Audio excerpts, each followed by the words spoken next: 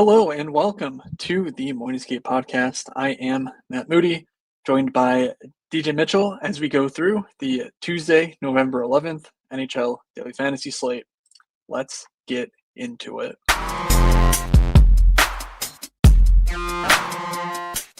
You're saying they're looking like an idiot. Well, is that any different than normal? This is the first time I will admit was unbelievably wrong.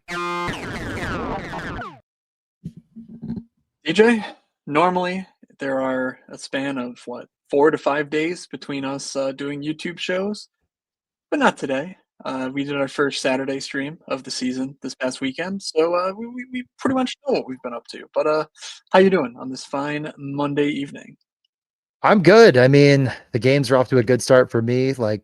Yesterday was a good betting day. Today's been a good betting day so far. I just, I'm having fun. I'm having an enjoyable time.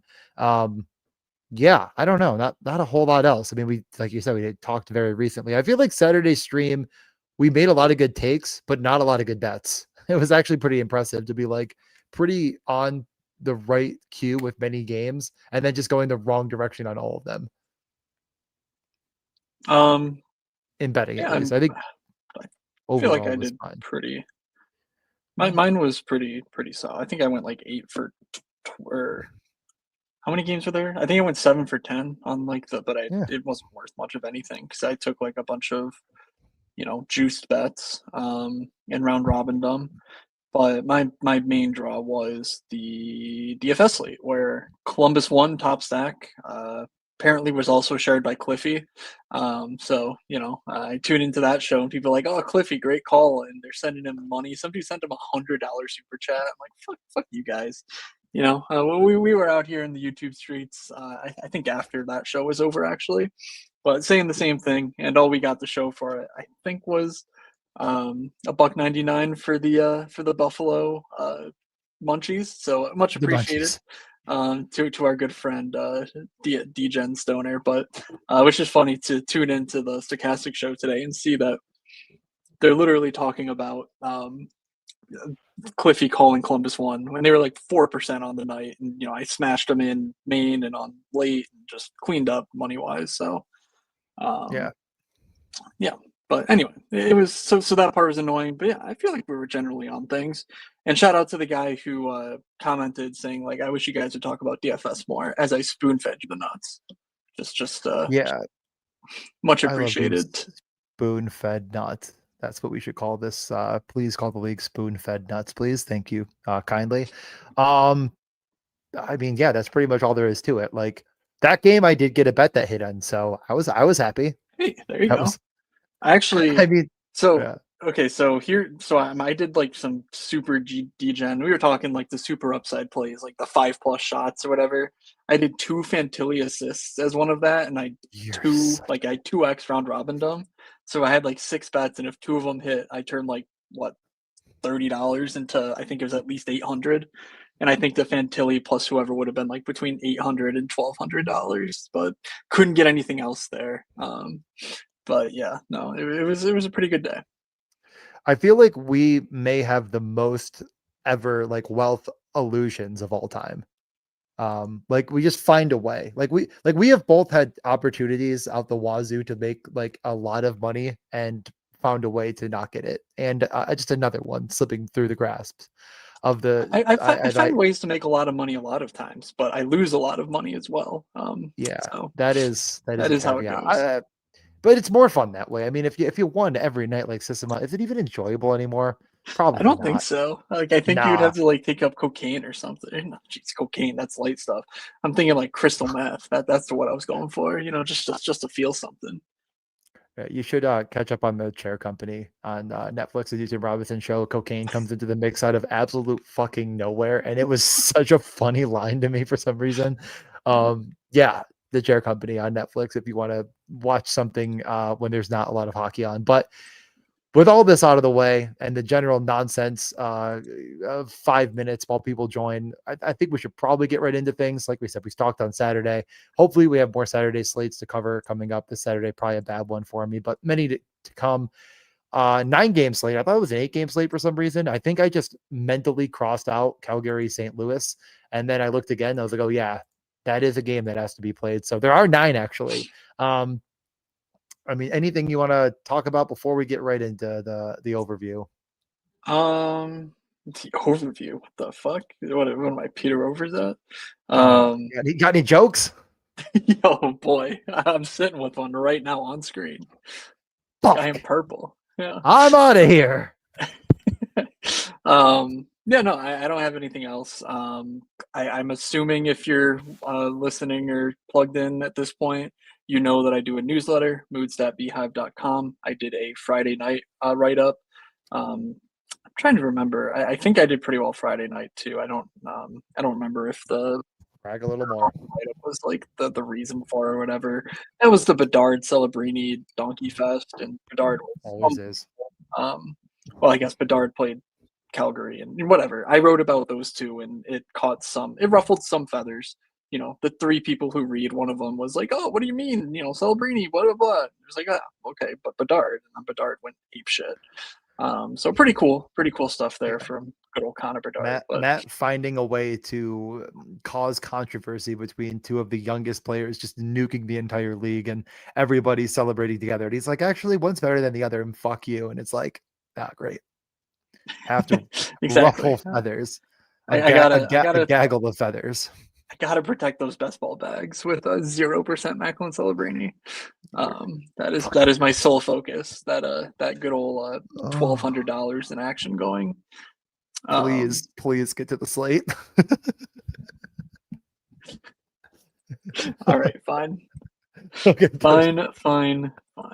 Nope, not that. Oh, I like the background. It looks beautiful. That is very nice. What a cool event. I mean, honestly, I love that that's the background. That was unbelievable. Like, one of the coolest things the NHL's ever done that no one watched, which is all the things they do. Well, what was really cool about it is when they had to like not play it for like 2 hours because it was too sunny. As if who could have guessed that the sun would be shining. I mean, just very NHL stuff. Yeah. Okay. Fucking Lucifer himself, Gary Bettman, doesn't know the sun exists, so it makes sense to me.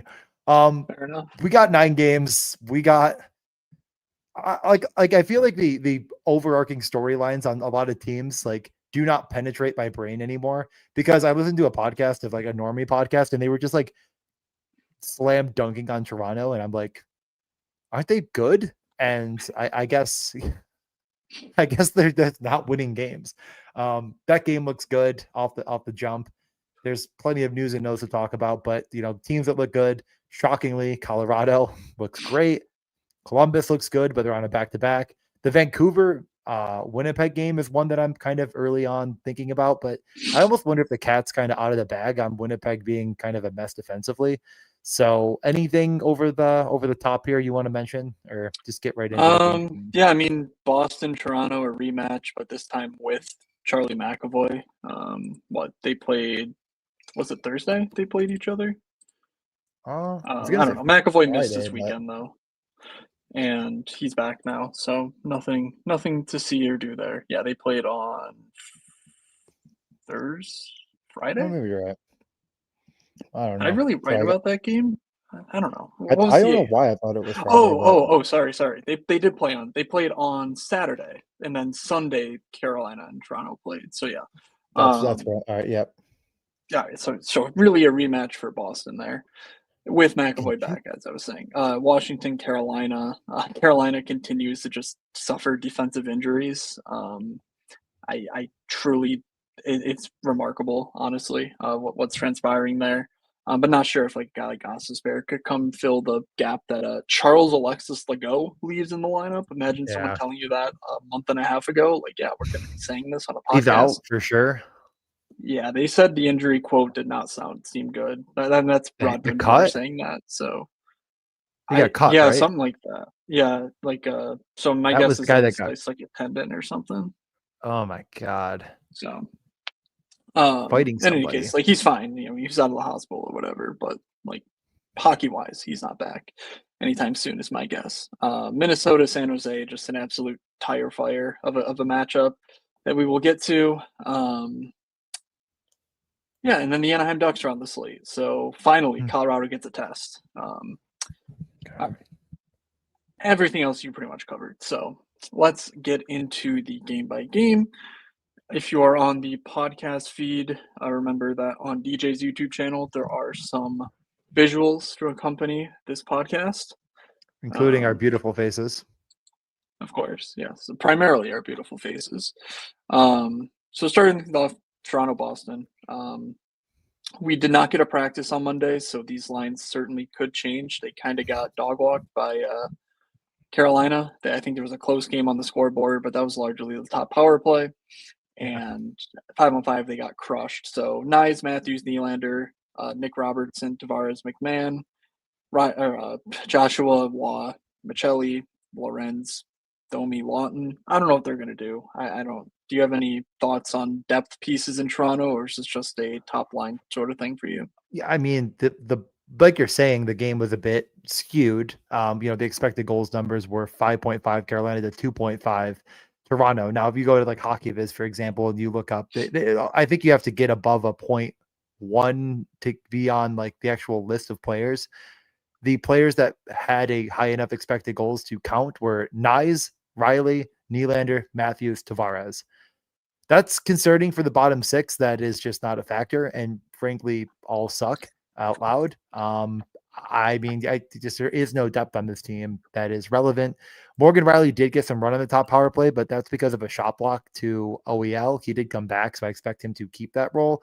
Hasn't done a ton, but like at 3,500, it makes sense. Like if you're going to play Toronto, there are 5 players to consider. I don't think Morgan Riley is cheap enough yet to consider, unless if he gets the top power play rollback. He was certainly in consideration until then.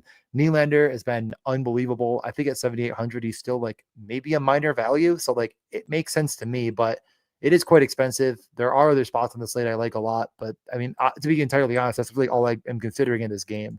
I think Toronto is a better team than they showed against Carolina. It wasn't back to back. I guess it's a back-to-back for both teams, but whatever. Well, Carolina got to play the Sabres the night before, so doesn't count. This is true. Like I think again, like my sole focus in this game is Toronto. I doubt that that's that crazy, but I just don't think on the road in a game that is a 6.5, but minus 135, like it's not going to be donkey chalk.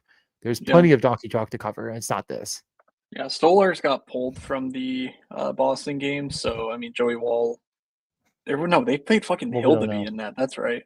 So Yeah, actually, Hildeby I'm not went. sure what the goalie situation will be on Tuesday for Toronto. Yeah, it's Wool's getting close. That was mentioned on 32 Thoughts that Yeah, like could be pretty soon back in the in the mix. He's 7,700, so it's not like you're sneaking anything by, yeah, but I probably keep an eye at it every day. yeah. So I guess they could call him up. He was okay. So he played on Saturday in the AHL, and he could come up anytime. So just keep an eye out there. I'm guessing, yeah, Hildeby's on the slate, so we won't have a goalie that's not on the slate starting. Otherwise, on the Boston side, they did score 5.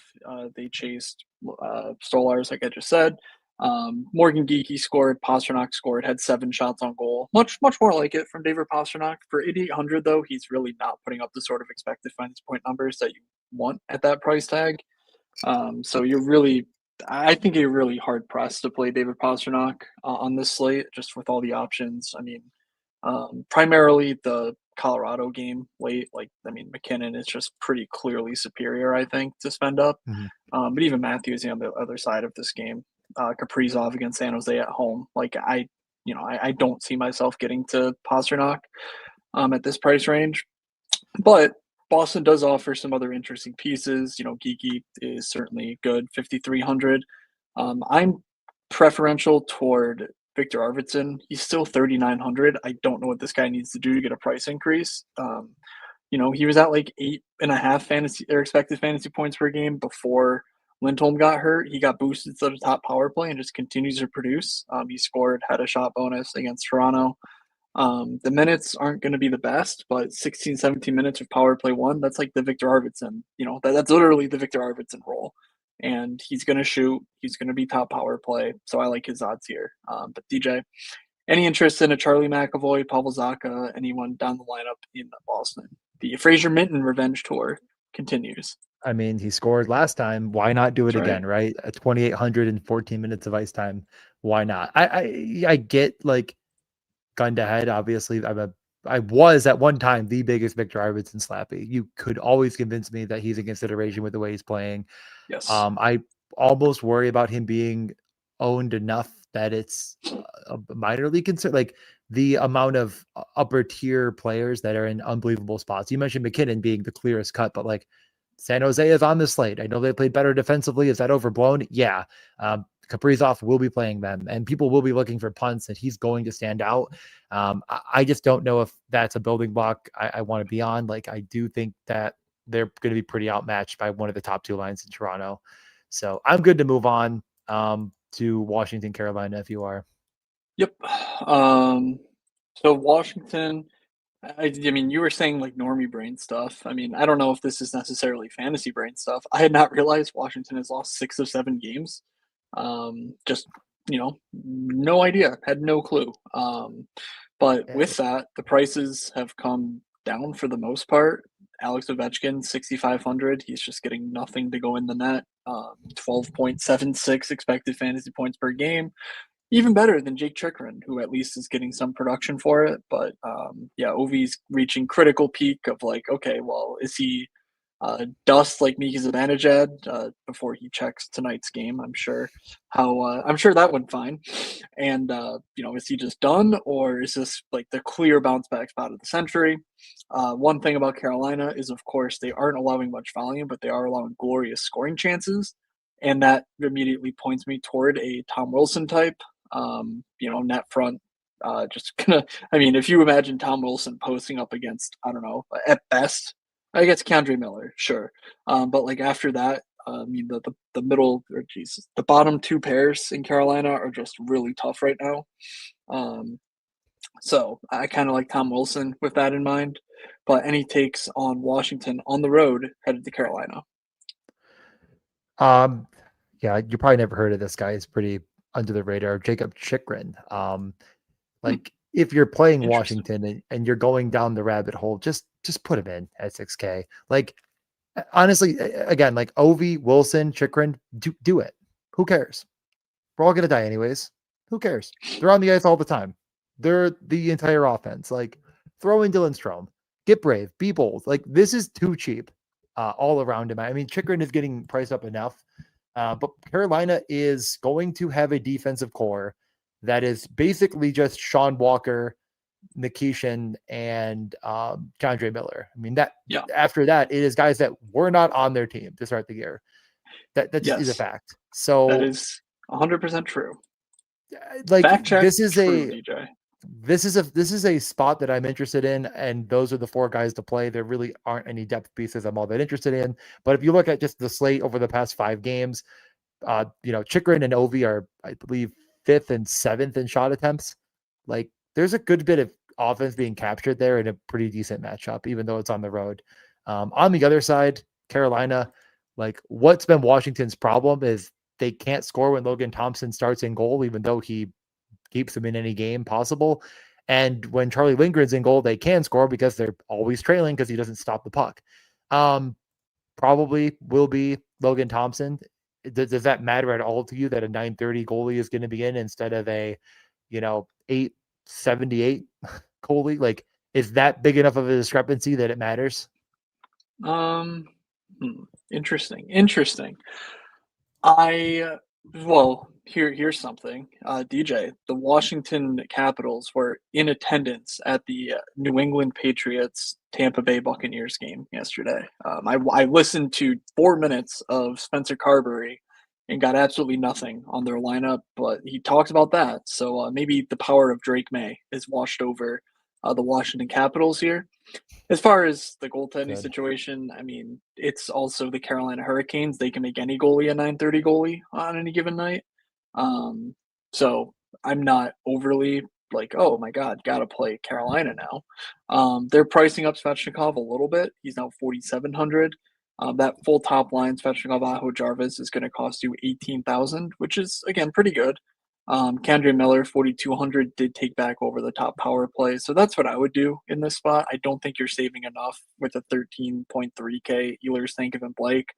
Like, honestly, I would rather just play Protas McMichael Wilson for 13K on the nose in this game.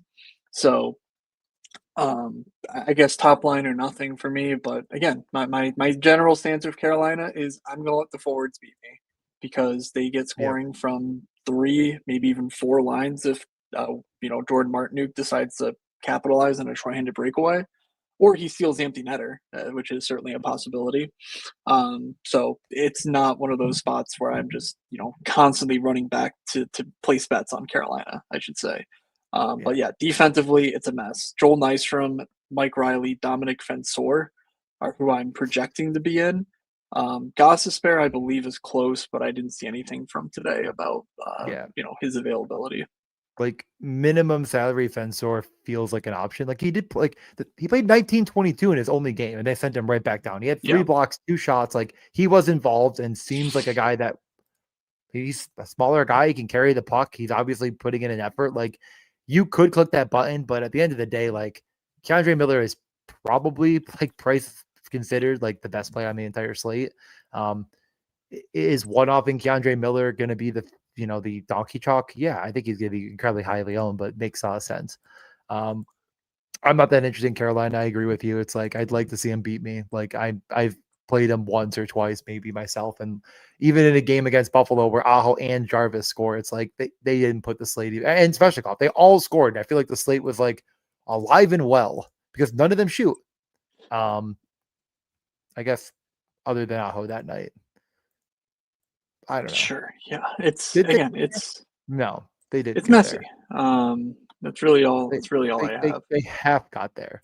Okay, yeah, we can move on. I'm not gonna play Carolina, but a team that I actually am very much considering is LA.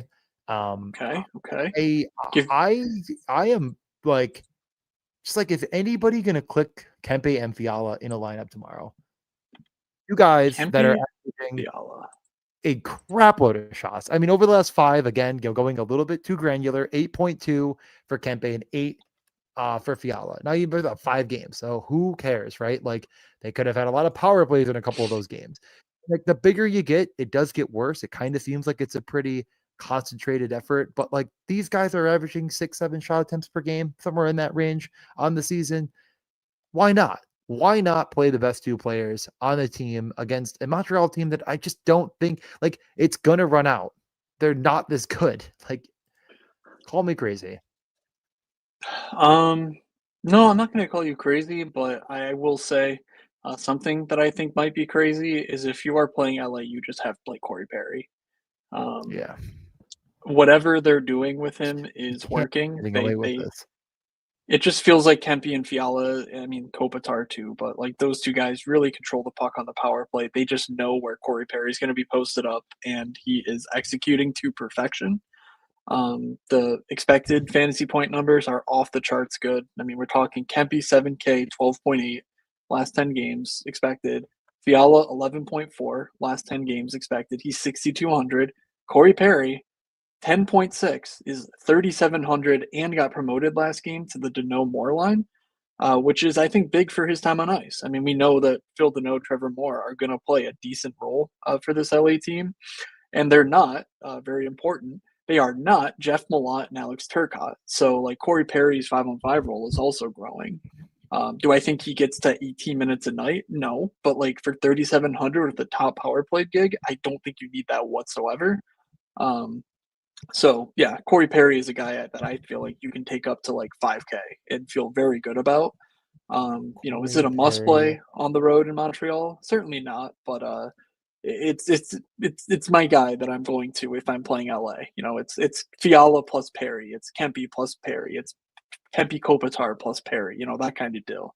Any thoughts I'm there? building my cash shell right now, and I'm hearing Okay. Perry plus Keandre Miller. Good start. Oh, Um, no, I agree. I mean, I think that like that makes. I just think LA is the DJ chalk call. Well, I mean, again, I don't think it'll be chalk, but if it is chalk tomorrow and we all turn the cards over and they're just like you fucking asshole, like that's the DJ effect at its best. I don't think it's gonna get there. They're road dogs in a 5.5. It doesn't make sense.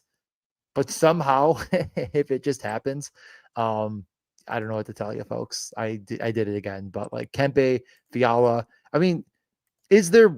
Let's just say you're playing Corey Perry and you're saying I want a second piece. Is there any player you're considering as that second piece over another? I think it's Kempe, honestly. I know he's more I'm fine with expensive that. than Fiala, but Kopitar's been playing pretty well. And again, I just really like Armia, like as like a facilitator there. Like, Kuzmenko was like the definition of like just like you have to support him, and like offensively speaking.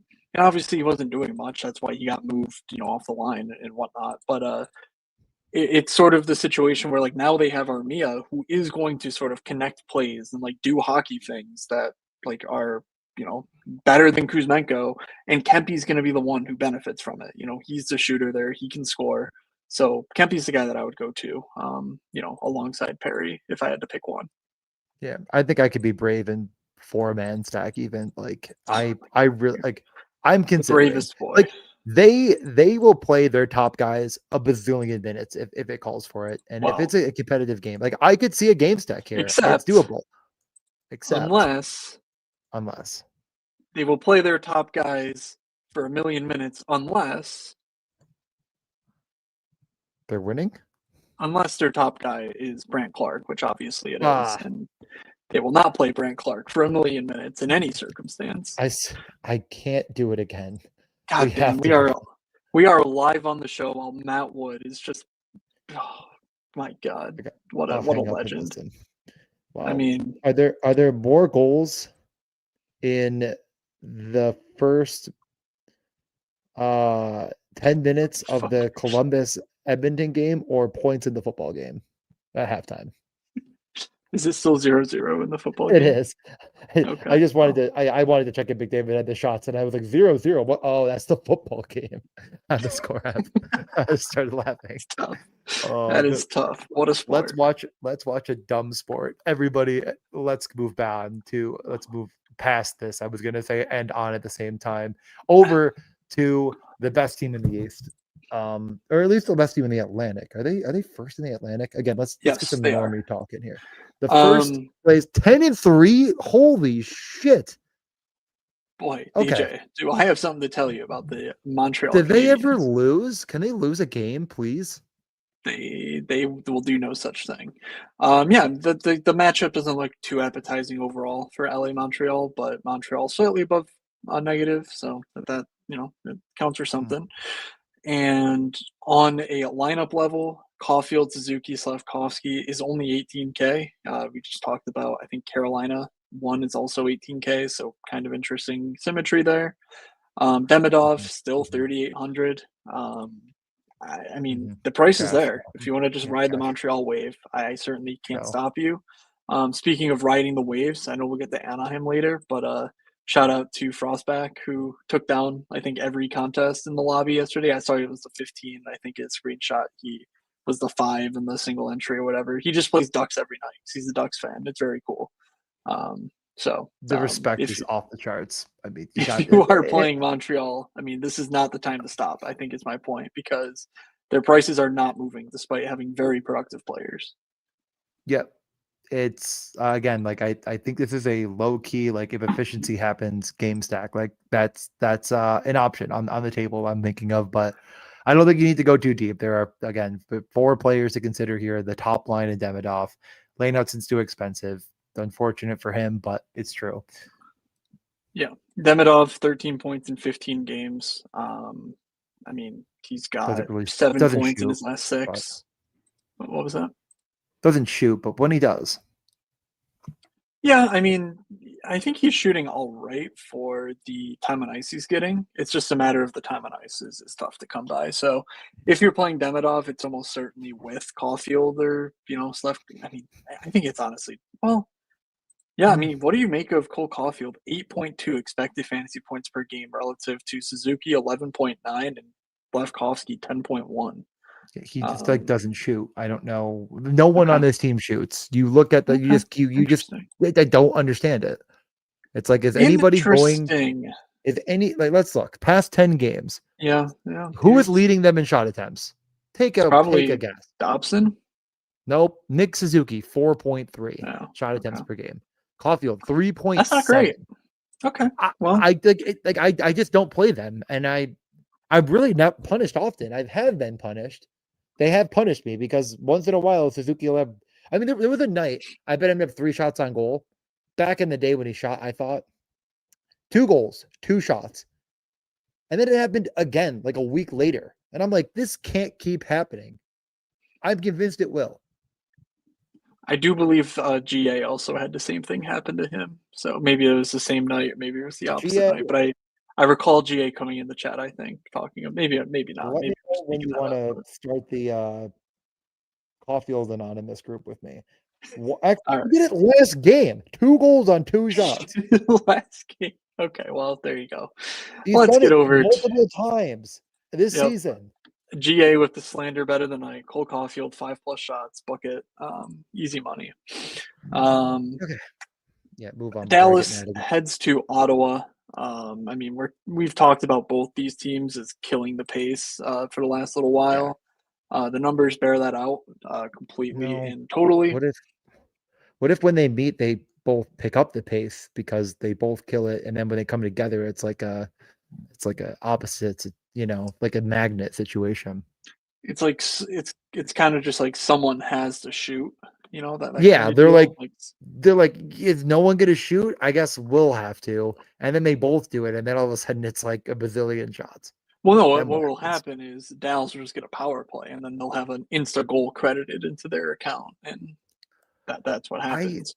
I what I don't understand is, like, how is Ottawa getting away with it? Like, it seems like at 5-on-5 they just stop everyone from shooting, but then again, they don't shoot either.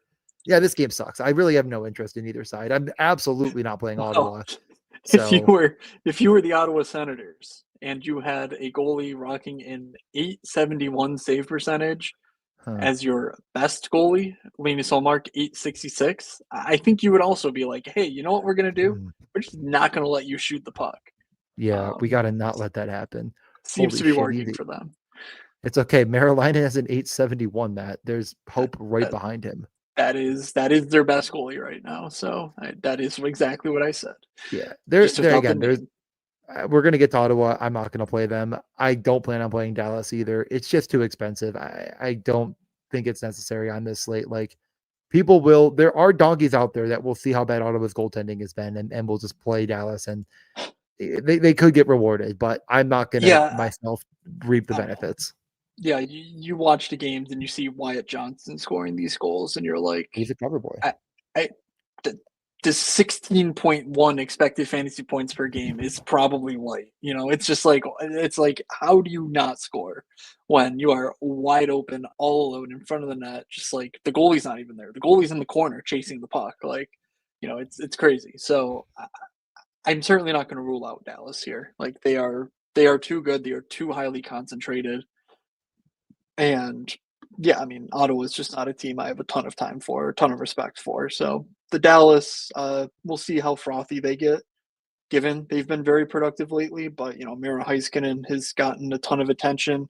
Maybe it's like you crank back the dial on Mira Heiskanen and you play, just Wyatt and Rantanen and go somewhere else on defense. Like maybe that's how you do it if Dallas is going to be a bit popular, but ultimately, I think I'm not going to overthink this and like rule them out or anything. But yeah, it's not a great environment for like a game stack or anything of that sort. IMO.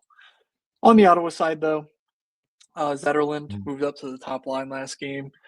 I expect that to stick. So he doesn't get power play time, which is a little unfortunate. But of course, Tim Stützle did not fix all of his stuff, but it doesn't matter. He's been fine lately.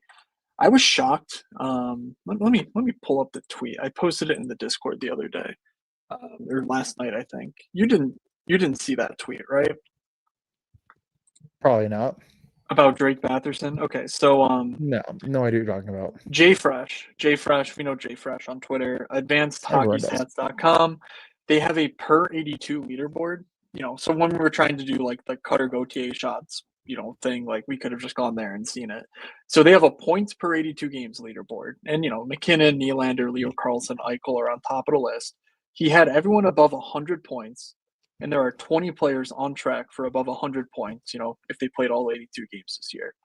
Drake Batherson is one of those 20 players. I was floored by that finding. Mhm. I think I would have taken me 100 guesses to get to that, but here he is. He's at what, 13 games played and 16 points, 5 goals, 11 assists. Um, I mean, this is a player who we were pretty high on in the offseason, and then he Yep. came into camp hurt and missed a bit of time to start the year. Like Drake Batherson is 5,500 here. I feel like we would be doing a disservice to at least not mention the incredible run he's on right now. But it seems like largely sustainable too. It's not like he's vastly outperforming his expected. So I'm kind of interested in that at this 5,500 price tag. But any thoughts there? Oh, sorry, you were talking about Ottawa. I was checking my best ball advance rates. They're going up. That's a no. That was I mean no. That was an interesting note. Like Batherson has been very good and is very good. So he is playable. I am just not playing this game. You can't make me. It's a bad game. I don't like this game. I don't play games that look like this. And if I'm punished that I'm spanked on the bottom for it, then that's what happens. But I'm Okay. glad you added Well, real context and interesting news and notes because you know what? That's what makes you great and me a coward. okay. All right. Whatever. Jake Batherson in the Um, past 10 games has 3.6 shot attempts per game. yeah, I mean, I So does feel quite Stutzle. They're confident not that shooting. They're playing. The pucks are getting yeah, on net when they shoot sometimes. I feel I don't confident know. that I know who Drake Batherson is as a player, and the price tag just does not reflect the point production. And I think the shots Yeah. will come around. So that's kind of Oh, just where I'm at here. I'm gonna add him to my Shamstron has been yeah, I'm gonna add great. him to my cash show. Okay. Great until getting paired with Cousins, then quiet, back with Stützle. Yeah, last game he was with Stützle, and I honestly, I didn't know. I didn't think they'd change the lines. I think Cousins, Braun, Greg has been together for a while now. But in any case, though, Drake Batherson I think should be with Stützle. So we'll check on that though in morning skate. San Jose and Minnesota. Uh, the Macklin Celebrini machine go Burr. Does Jesper Wallstead get the net once again to shut down the opposition? My Philip Gustafson bags surely hope not, but a Yep. shutout against Calgary has me thinking it's quite possible. So DJ, San Jose, Minnesota, tell me about it. I mean, what's funny is that back-to-back great Wallstead games has him at a 909, and I feel like everyone's just dunking on Gustafson, who's just a hair under a 900 goaltender. Like, I really don't think the problem has been entirely goaltending for this team, even though that seems to be the narrative around them. Like, they have not scored enough, and this is the perfect opportunity for them to do so. We talked about teams that just haven't put us to bed yet this year, and we continue to fade. Well, like Minnesota used to be a team with a massive concentration of offense. There has been exactly one time this year where Kirill Kaprizov has gone nuclear. It was the second game of the year against Columbus where he had a 44 bomb. I mean, he's had scores that would have helped quite a bit and been in a winning lineup potentially, but 20 isn't enough for him. This is like the perfect matchup for him. I mean, I don't think there's much I need to say about San Jose that hasn't already been said. Once Celebrini got put with good line mates, it helped him a lot. I think they, for whatever reason, thought he was already Leon Draisaitl and could carry around two absolute schmucks. That wasn't the case. I mean, the guy just can't do that yet. But when he's with Toffoli and Will Smith, yeah, I mean, those are very good hockey players that can elevate his game to this level. He does have it in him. I'm not saying he's a bad player. I just think that he is getting a little bit too expensive at 8K. Call me crazy. Um, the volume is fine for him, but not quite good enough. The expected and the actuals are just kind of making me a little bit nervous. And I don't really see Minnesota as a soft matchup. Over time, I think that will bear out, and I'm just not going to go to it here. So I think for me, it's a no on San Jose. There's no defensemen that are that interesting. And again, it's just not for me. Now, anything you want to mention on San Jose, or assuming you're not playing Macklin Celebrini? Oh, I guess William Eklund could I return, right? Wasn't William Eklund? Yes. Yep, William Eklund, I expect him to be in. Yeah, San Jose is scoring a bunch and not generating anything. That's really all you yeah. need to know here. Does that continue? Who knows? But that's just simply the truth. 17.2K for that top line. Eklund does return, but that power play has been clicking. You certainly could see Eklund top power play, but Wenberg, they also love Alex Wenberg, and I don't know if they're going to go right to it immediately. It doesn't really matter for me. John Klingberg, 3,400 would be a very obvious stacking piece alongside Celebrini if that is your speed. Toffoli, Will Smith are both relatively underpriced. I would be fine one-offing either player. In all honesty, they, yeah, you're probably fading, a Celebrini game if your guy truly hits. But 7,900, if you play a McKinnon or something, like odds are you're not getting both. So like Celebrini and McKinnon. So as long as the guy you pick, elite center, outscores Celebrini, you're fine. I'm just going to say something. And there is a player on the San Jose Sharks, and actually, I'm not even going to play the game with you. Mario Ferraro has 1, 2, 3, 4, 5 blocks bonuses in the past 6 games. Is that? I mean, that is what he does. He is. I believe I said it in the newsletter a few weeks ago. He is a walking infirmary on the ice. Hold on. The cash game shell grows one bigger. McKinnon it hasn't even been put in yet. Mario Ferraro, Keandre Miller. I mean, am I giving away all the secret sauce? Yeah. 27 blocks in his last 10. I mean, it's like he's almost on cue, and like it's just gone way up, like I said, over the past 5. So for blocks per game. Interesting. It was mentioned on 32 Thoughts that Elliot Friedman said, like, if this team could ever figure out how to play defense, and then they all of a sudden figured out how to play defense, and like someone was like, do you actually think they took that seriously? It was like a joke. But it's like, you know what? Mario Ferraro did. All right, that's enough talk about Mario Ferraro. Forever. Minnesota, Kaprizov, Rossi, Zuccarello. I didn't hear what you said, so I'm just going to assume it was stupid. You said we're no more Mario Ferraro. I said, all right, fine, Brock Faber time. Okay, great. Kaprizov, Rossi, Zuccarello, Boldy, Eriksson, Johansson, Tarasenko, Hartman, Hinostroza is how they shut out the Calgary Flames. Just the most impressive how could anyone in do NHL that? history. Indeed. What I want to talk about, though, is exactly Brock Faber. Minnesota, no Jake Middleton. They moved up Zeev Buium to play with Brock Faber. And do you know what happened to Zeev Buium? He played 21 minutes against Calgary. If Jake Middleton misses again, I think Zeev Buium is actually in play at 3,600. He's not doing much for fantasy, but 20 plus minutes of a guy who is a game breaker against San Jose is pretty good. Do you just play Brock Faber because he's the guy who scores the goals apparently that Zeev creates? I guess. But Jared Spurgeon is now 5K. No, thank you. So if you're playing, anyone in the top 6, I would be interested in Buium with it. Should Middleton be out? Yep. I just don't really think of Buium as a cash shell viable guy, so that's concerning for me. But I could be convinced to play him in, like, the gross GPP type stuff. Boldy, Kaprizov, Eriksson, the usual suspects. Are you interested in Zuccarello? I mean, is it sort of like a contingency of playing Kaprizov that you're playing Zuccarello? I mean, he did it the post twice in that Flames game. I think he only had an assist, but yeah, I was gonna say probably is. But 5K just feels like pretty good price. Like his role has not gone down in any capacity since of what we expected. That makes sense to me, and he is on the top power play. So yeah, I guess I'll have to say that's obviously a pretty good play. Yeah, I would expect the role to only grow for Zuccarello too. Like, for him to play 18 minutes feels like a floor alongside Kaprizov, and so for 5K, I think you're just getting the best of both worlds. I certainly would not play Kaprizov without him, just given what we know about their history together and Zuccarello's performance. And he's looked pretty good, coming back from injury. 9 expected points per game in his 2 games back, only 5 actual, but he's doing stuff at least, which is all we can ask for.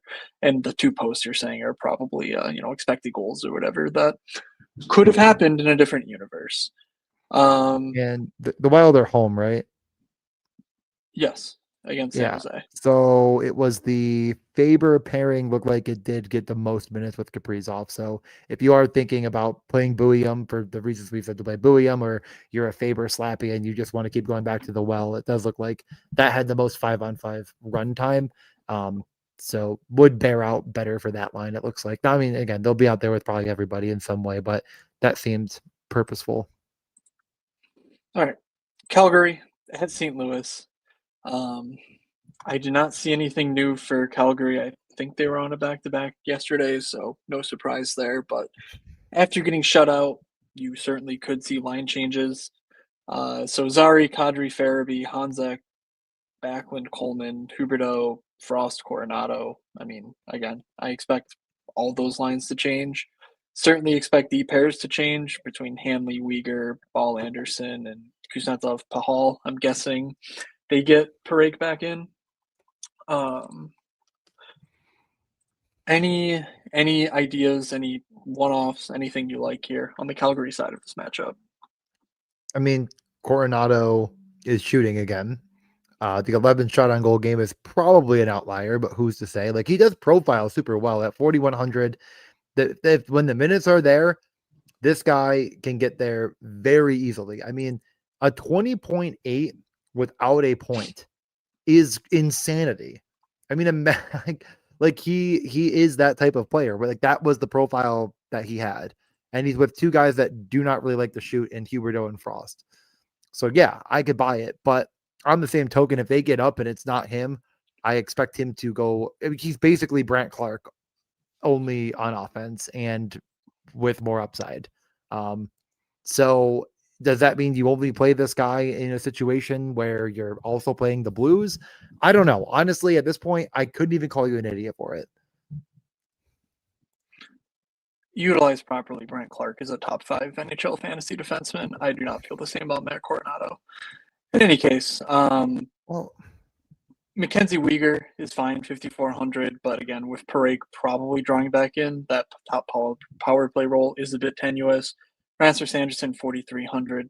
Same deal, but less role insecurity there. So if we don't get news, default to Parake or Anderson personally. But yeah, I think I like the other side of this game a good bit more.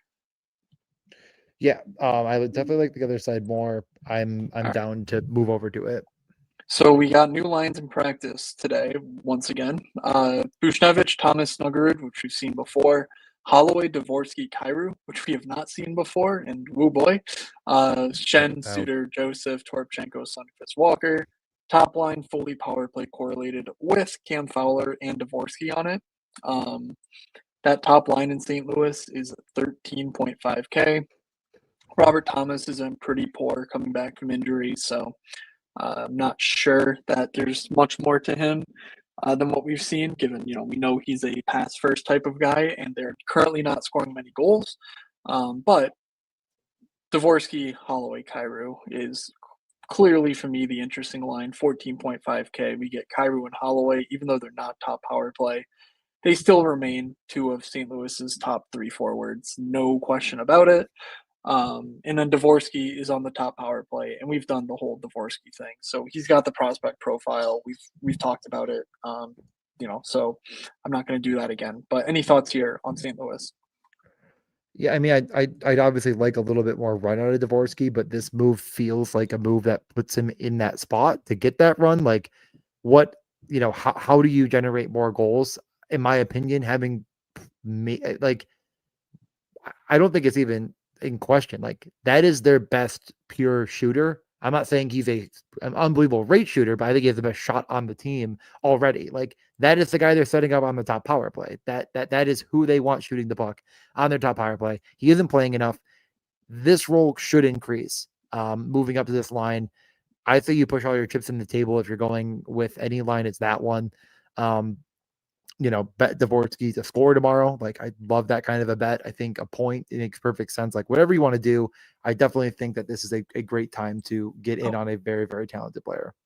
fuck. I did not realize Parade got hurt when he left that game. Okay. Well, Yeah. take back everything I said about Uyghur. I think Mackenzie Uyghur's a good player. Weegar to the Thank moon. you, Shamstron, for cluing me in there. I missed that in my Twitter search. Wow. I didn't even really ever see that either, I guess. So who am I to judge? Okay. Yeah. So Well, my point stands. I believe that we're both okay. I really like St. Louis too. There you go. Cool. Call me crazy. Great. Yeah, we did it. We solved it. If you had to pick one, DJ, Holloway or Kairu? It's probably I think it's just Cairo. I don't Okay. like it, but Because he's we're a talking donkey about trucker. we're talking about a 8.7 or 8.5K mini stack, which I think works better in lineups than a 14.5K full line stack. So just a minor thought there. Yeah. And since we are talking about a slate with Nathan McKinnon and a lot of high end pieces, if you need a line that is going to piss everyone the fuck off, 9,700 for Shen, Suter, Matthew Joseph.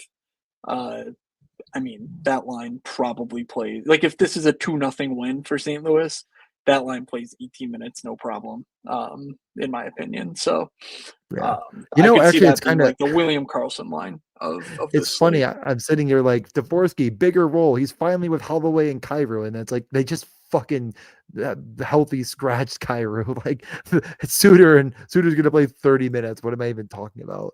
All right. I don't know. You The gotta main you event, gotta go for it sometimes. But yeah, main event. Anaheim heads into Colorado, a 9:30 start. Just I wonder, is that because this game's on ESPN or something? No What are we idea. doing this for? It's in Why is it a Colorado. 7:30 start local time? Can I get excited that it's on Uh, TNT? Let's go. We are featuring the good hockey teams. Holy shit. The NHL and TNT figured it out. All right. Anaheim first up. Well, let's take a look at the matchup in general because Anaheim doesn't look fantastic. That's because Colorado is an absolute buzzsaw. The Corsi pace in this matchup does look pretty fantastic, the highest on the slate, and the goals 6.9. Nice. nice. Only game even close to it is Toronto Boston way at the beginning, and that's just because both these teams are scoring like absolutely crazy. All right, so we've established that this is a good game. DJ, thoughts Yep. on Anaheim? I mean, all the good thoughts in the world. Everything is rainbows and unicorns for the Anaheim Ducks, and they're going to keep scoring every game at least four. I think four is the minimum now for them. I mean, Leo Carlson, is there anything bad you could say about his game? He plays all the minutes. He plays No, power play, penalty kill. He's shooting all of a sudden. It sounds like he's learned that shooting the puck could have positive side effects, like I don't know, 5 goals in the past 3 games. I'm not saying he's going to get a blocks bonus anytime soon, but he has one. And maybe this is the matchup with a donkey chucker and Nathan McKinnon where he just triple bonuses. Who's to say? 5,800. It's not enough for the role. It's not enough for the player. He's been fantastic. What was the winning formula? Well, it wasn't just playing him with any of his line mates. It was playing him with the best other player on this team, Cutter Gauthier, who, again, we continue to play. He's gone from like 3,900 to 6,700. 20 points, 15 games, 11 goals, leading the league in shots per game, everything you want and more. I mean, can you convince me that that's just not how to do this? Can you convince me not to play Jackson Lacombe? Okay, yep, that was easy. But can you convince me? Can you convince me to just play those two and move on?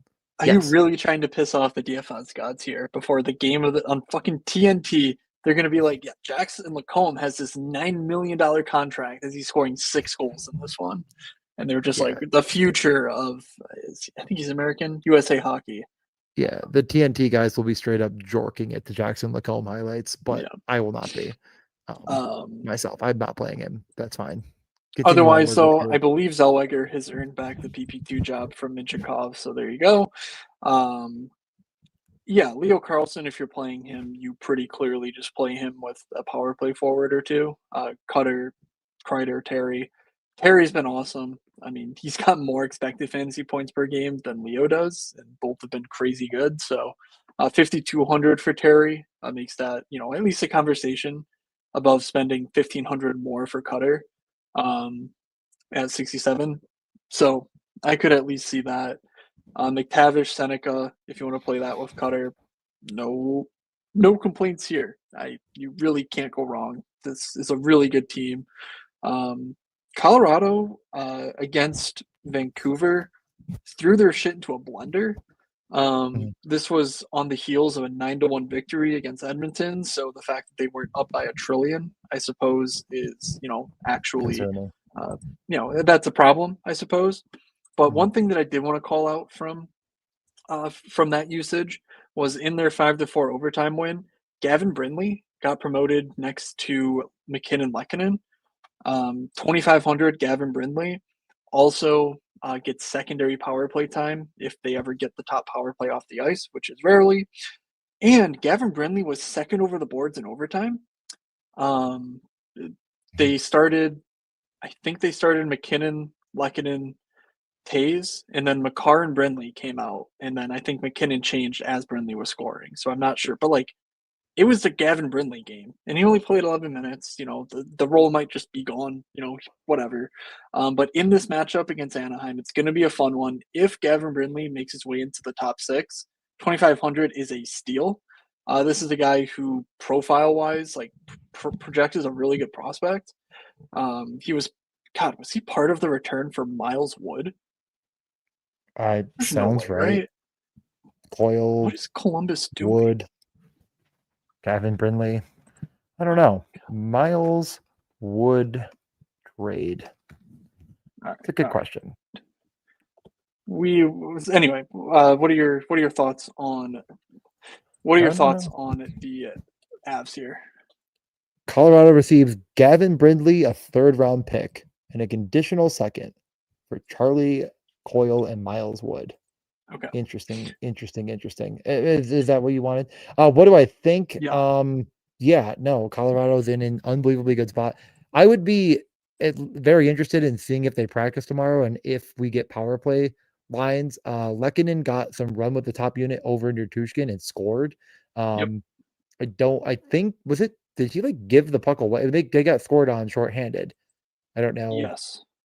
Was that just Tushkin's fault and then they benched him? I don't know if it's sticky, but Lehkonen was just really good. I mean, first two periods, Lehkonen was all around it, and I'm biased. I had Lehkonen in. It was kind of like, oh, why aren't you doing stuff? And then in the third period, he scored twice. So, like, I don't know. I felt like I was seeing it, but also I know I'm biased.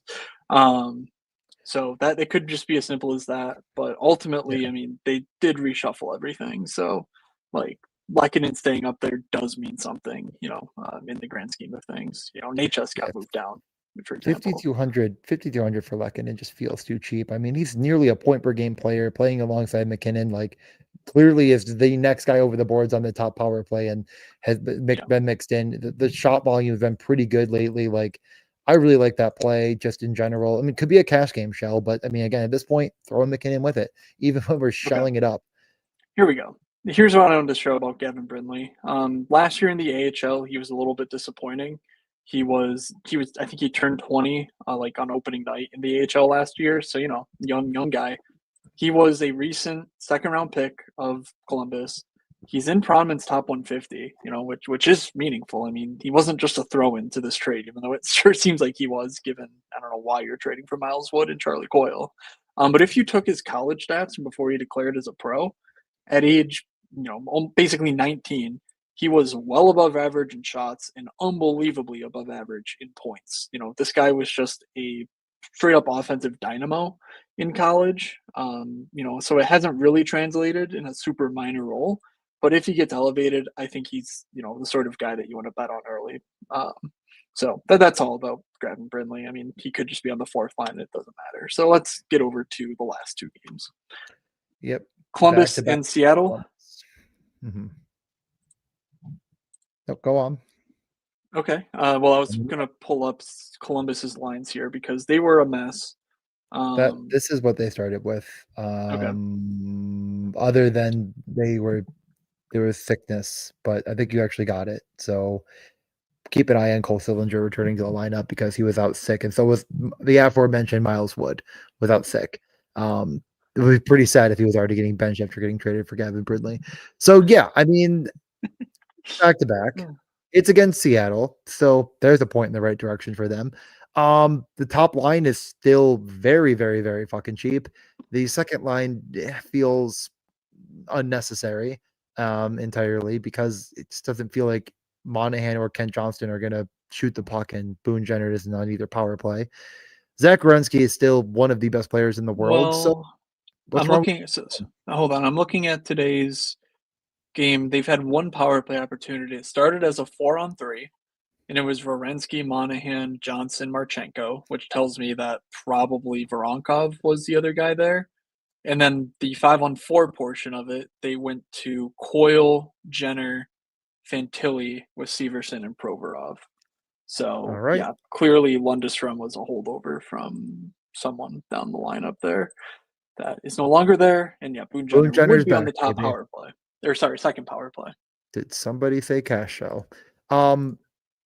Yeah, I like the top line just fine. I really like even on a back to back because I think they'll just keep people away, and it's been fantastic. Like again, look at this game. Marchenko has 1, 2, 3, 4, 5, 6, 7 shot attempts. One's hit the post. None of them have been on the goal.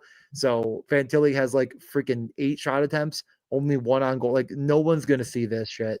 They're fantastic. That is the best iteration of the top line, and it should only continue to be a very, very prominent fixture in your lineup. And like it's a back to back going from what Vancouver to Seattle. Is that where they are tonight? Vancouver? Edmonton. Edmonton, that's right. Edmonton to Seattle, whatever. Planes work. People can sleep on a plane. They'll be fine. They'll rest up. They'll be good to go. You can't stop the Russian machine, and that's Kirill Marchenko. We've all been saying it forever. We're like the Russian machine, Kirill Marchenko. Right. Agreed. It does not break, so I hear. Yep. Yeah, Voronkov, Fantilli, Marchenko is 16,000, so kind of nestled between the 18 and 14K lines we've been talking about. Zach Werenski, of course, much more expensive than that, but got to consider it. And what's nice about Seattle is that they just feed Chandler Stevenson to opposing top lines, which is gonna, I think, work out better for you in most cases.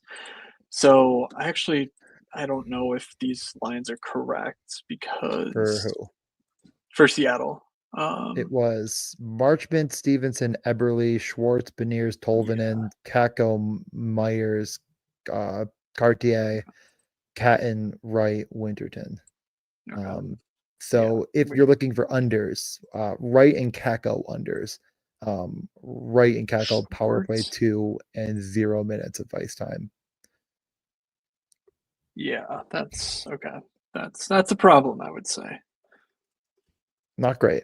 Not great. All of the fun players don't play in Seattle, and all of the players that are not fun play all of the minutes. Like to the point where it's like, is Jordan Eberle good? And you squint and you look at things and you're like, I think he could be a cash out player. At 4,900, he is back-to-back shot bonuses, 20 plus minutes. What are we gonna do if we're not playing Kyle Palmieri West at 4,900? Like I honestly am like I'm almost being not sarcastic about this. Like I'm being genuine that I he think we're really is a just good player. depositing if we're not playing him alongside Stevenson. Obviously not playing Stevenson with it for fantasy, but like Yeah. that role is No, just crazy good because Stevenson it's won't insane. shoot. They'll play a million minutes. They'll So accidentally find the puck in the offensive zone and he'll shoot. makes sense to me. So yeah. Tolvanen is interesting. I mean, we were talking about him on Saturday, thinking he was going to be fourth line. Now he's basically doghouse to penthouse. He's still top power play alongside Beniers. This is basically the Yanni Newman. Like we were talking about Newman all. That's what Tolvanen is. As Yeah, a first I rounder out agree. of Nashville, that's what we were thinking of him as. It's taken a while for him to get here, but he's basically doing that. That full line cost you 12.8K. Beniers has been actually solid from underlying standpoint without getting much results to show for it. And Schwartz has been just solid and is much cheaper, at 4,300 than Beniers is. So I kind of like the second line, like full stacked too. I don't have a problem with Columbus. Like they're on a back to back. They're sick. Who knows if even more guys get the bug or whatever. Like it's kind of a messy situation. So you could go Schwartz, Beniers, Tolvanen with Brandon Montour. You could go Or Eberle and Dunn. You could just do any sort of yeah. combination of No, players that I I was like. gonna say like Vince Dunn has been really good too. I mean, 29 Yeah. shots on goal in the past 10. The rates are supporting that kind of an output. The blocks are also there. He doesn't feel like a guy like that you look at stature wise, but he's playing a ton of minutes and he's not afraid to get in front of the puck. So like shots plus blocks, the price seems actually correct there, and I wouldn't have any problem with playing him and Eberle in reality against a back-to-back Columbus Yeah. team. Like, I mean, Brandon Montour has 2 games this season below 9 DK points, so yeah, I just yeah. kind of prefer that, but Well, I get that's it. called being brave, and I'm being a coward. So, congratulations. All right. That's about all though. So let's get to Winnipeg, Vancouver, final game of the night. Winnipeg, they played yesterday and they got murdered by Anaheim. Tough Did we break. get practice? I think they had the day off. Yeah, it was a travel day for them. So Yeah, Cole not sure if Perfetti he's. returned to the lineup. Yep. He had a ton of shot attempts and was around it for sure. Like the expected goals numbers were also like pretty high. One game, but right back on the top power play. 18 minutes. Doesn't seem like they're easing him in, and it just kind of adds a formidability to a second line that actually didn't seem to exist before. They Uh-huh. have their shutdown line with Lowry. They have a second line that at least has an semblance of offense, but it's all through Perfetti. And then the top line, which is, kind of do or die if they're going to win a game or not. So I'm interested in general. I'm definitely Yeah. interested in Cole Perfetti. Like he is just a supremely talented player at 3,900. Matt, I don't think I need to say it, but are you considering maybe, a cash shell play? I don't know who exactly you are alluding to here, Cole but Perfetti. I was just gonna highlight the what I've been stressing for the last several. I think what Thursday, Saturday at least talked about this, but you got to apply context to something like these trends, and the last 10 games for each team are not all created equal. And for Winnipeg, I certainly think that's true with Adam Lowry and now Cole Perfetti back. Dylan Sandberg's finally the last piece that they're missing, but they are looking more and more like the quality middle six of a hockey team that we know is pretty good based on our history. So I'm kind of just throwing out like this out the window, especially from the Vancouver side. It's just being like a great matchup. But also Winnipeg being like a negative across the board is pretty surprising, and I don't think that lasts. Um, so certainly we'll be clued into their games going forward from here. But specifically, yes, Cole Perfetti, 3,900 is a great play. I think that's sort of the Demidov where you don't really just want to play Cole Perfetti, though. You do want to play one of Connor or Scheifele Yeah. with that. Um, or Taser Nemestikov, like Yeah. I don't really love either, but certainly I think Yeah. basically I just don't want to play Cole Perfetti alone. I agree. I mean, Um, the top line in Winnipeg has just gotten a bit out of hand with price. Like you're talking quite 22K. like I think Toronto is a better play. I mean, Yeah, it's I if mean Colorado Colorado obvious. holds Yeah. Lehkonen, McKinnon, Nachos, that's 21.9. Like Yeah. Winnipeg one's actually 200 more than Yeah. Yeah. Colorado's top line. But You're Winnipeg's giving up. one is all Yeah. correlated. Yeah. And we All don't know correlated about and Colorado, the which we ownership will be a assume, lot but lower, but yeah. yeah. I All don't right. know. Don't know what to tell you. Just It's it's a good. tough click, but sometimes the tougher clicks can be the ones that win the slate. Now we have one team left to cover, and that's a team that I'm definitely not going to play in These Vancouver. lines That must be wrong. I did not get to this before we had to just start, honestly. doesn't matter. Does matter. We are the Boom. show that some people use to put tens of dollars into play. They played Kane, Pedersen, Garland, DeBrusque, Ratty, O'Connor, Besser, Reichel, Kiefer, Oh, I was right. Carlson, Okay, Saison, cool. Baines. That's what they played last game. If they Beautiful. practice today, I apologize in advance. They did not practice today. So we don't know. They could change. They did lose, but they brought Colorado to overtime. So you know what? If you change your lines, That's you're basically dumb. a win. That's a win. Connor Garland had 24 minutes of ice time. I mean, is Connor Garland the best player on this team? Who does he think he is? Kiefer Sherwood? I would hate to infer that that's possible that he thinks that because if he does Kiefer Sherwood? Oh, he has an assist now. Oh, Columbus, you fucked up. You can't let him get an assist. You ruined everything. Okay, That yeah, I'm sucks. not playing them, and I don't have any interest in playing any of them. And if I was going to play one of them, honestly, I don't think Connor Garland's a bad play. And like Quinn Hughes is he still way too expensive? Yeah, 67. I mean, Brock yeah, Besser's 4,400. I yeah, don't know. You're really stress testing the respecting Winnipeg middle six when you stare at that price with the yeah. trends. So at least keep that in mind. But Quinn yeah, Quinn Hughes it makes Quinn sense. Hughes. Every time he gets down below like 6,500, I start to peek my ears and eyes up over there.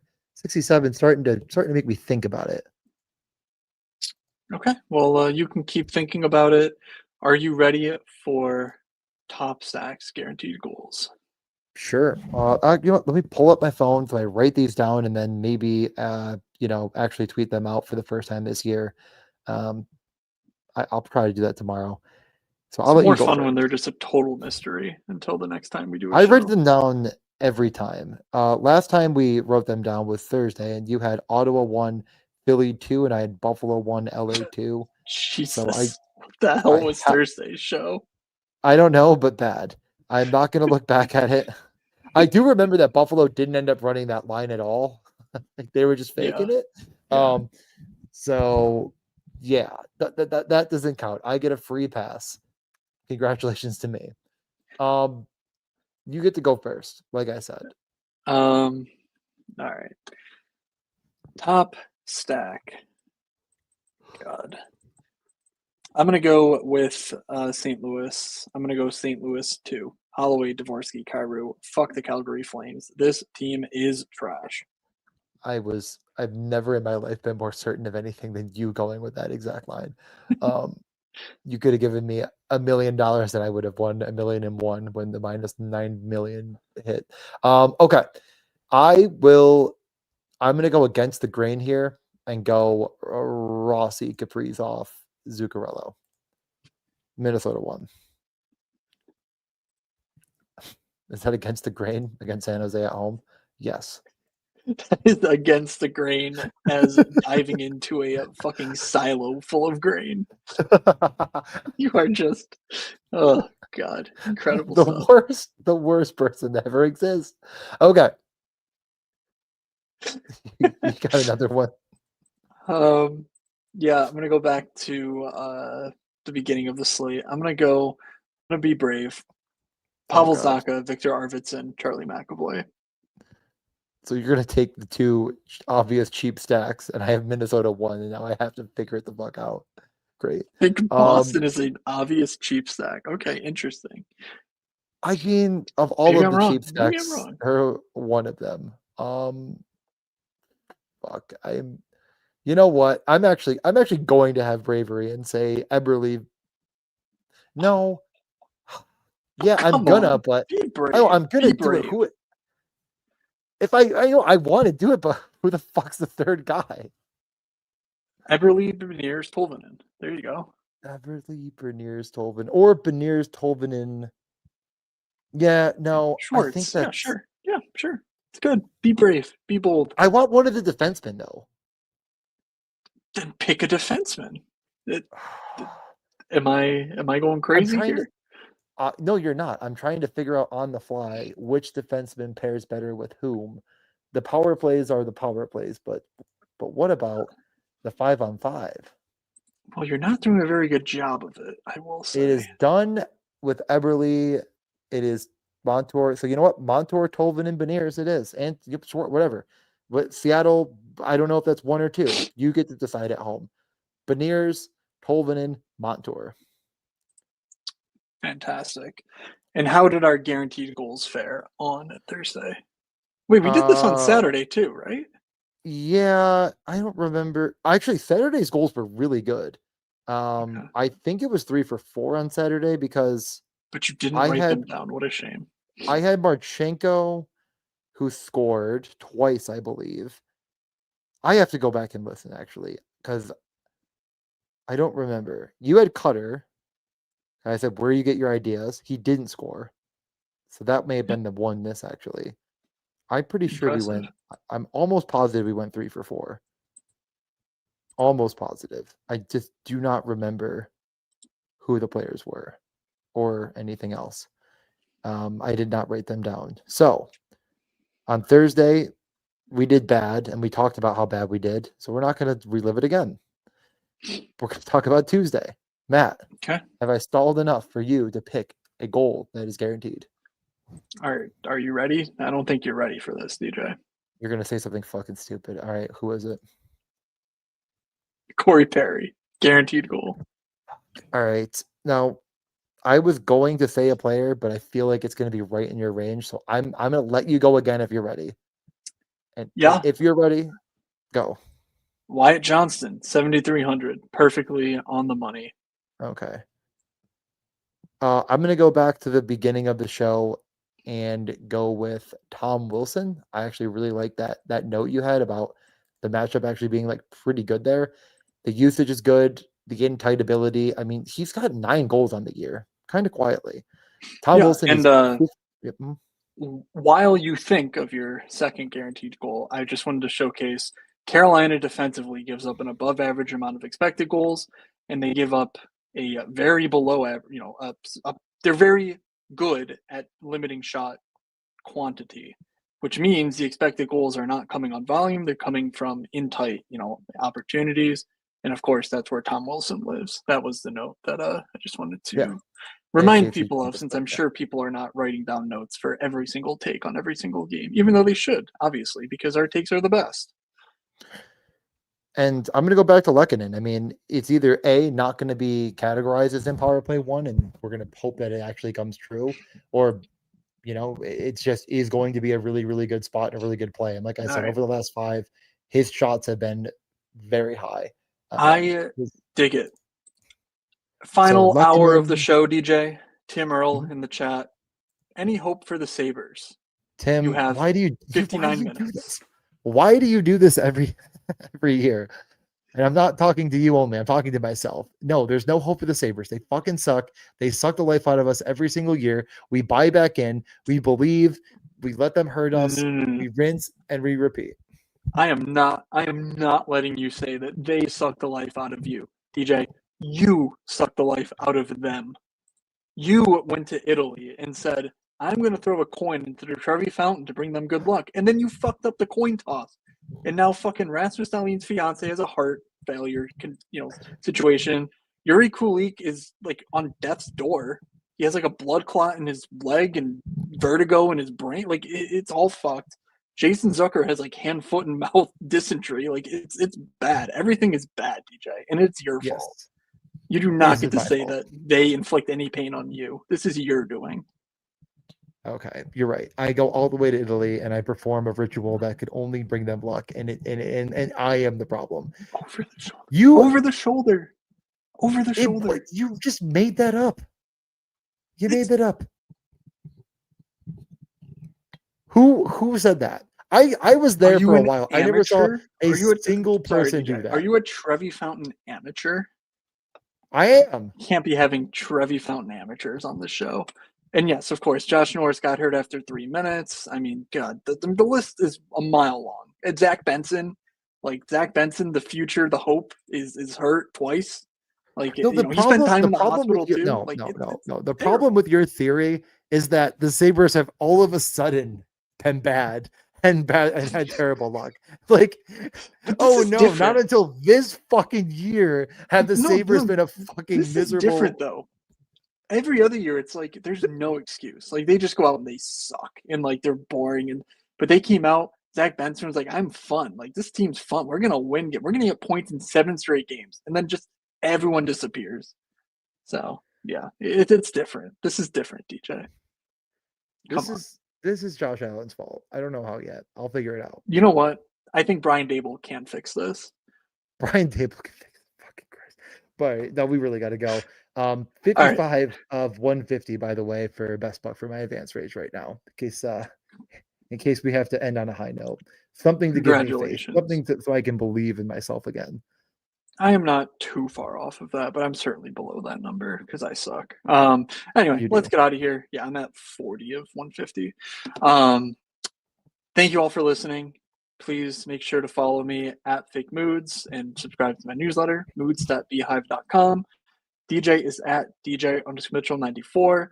You are you on Tails now? Is that official or Yeah, no? I You do know. not I figure it didn't out. fucking do them today. I gotta figure it out, Okay. man. We were on there together. I can't figure it out. Okay. Yes. The people loved your explanation of Tails on the at the Did beginning they of really? last show on Saturday. So, um, I didn't know.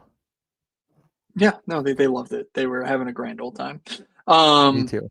so yeah, and if you follow DJ, he also has the Dub what's Club. the other betting Dub Club. Dub. There you go. It's all free if you like betting on hockey and don't like hour and 20-minute podcasts, that's for you. And if you like articles that take an hour to read, my newsletter is for you. So moods.theapp.com once again. All right, we'll be back And if you on like Thursday. the embrace of a woman, neither of us are for you. Good luck. No, we cannot help you there. Can't help you there. All right. Thank you all for listening. From Doug, from DJ, from myself, have a good Tuesday slate, everybody, and we will see you.